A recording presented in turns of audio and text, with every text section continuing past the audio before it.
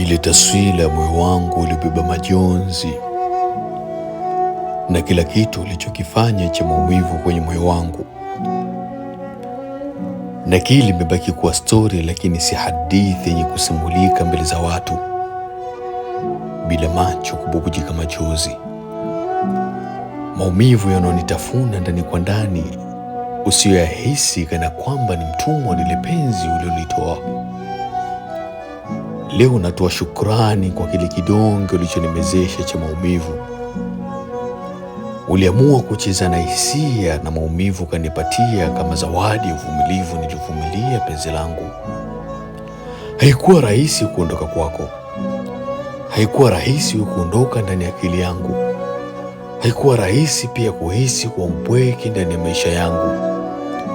Nilikupa nafasi ambayo sikuwahi kumpa mtu yoyote ndani ya mwili wangu, ndani ya maisha yangu. Yako madhira amenikuta na hisia zidi kunitesa. Ya nini nisiseme ya moyoni hadi ya kuwa ukweli na baini.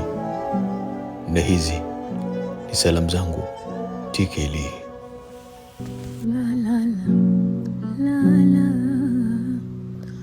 Umenijengia kumbukumbu mbaya kwenye penzi lako, siwezi rudi hata nishikie bakora. Nanena kwa machungu, umetendea vibaya mi mwana mwenzako, kwa makusudi furaha umenipora. Oh, asante umenifunza, nionapo njia mbili nichague ya kuvuli. Mimi sio wa kwanza kumizwa, wanatendwa matajiri, sembusemi wa sifuri.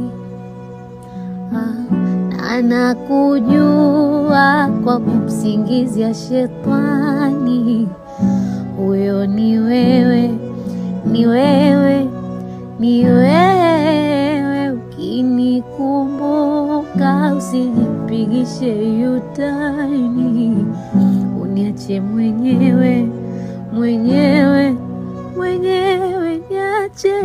Nimechoka, nimechoka, nimechoka.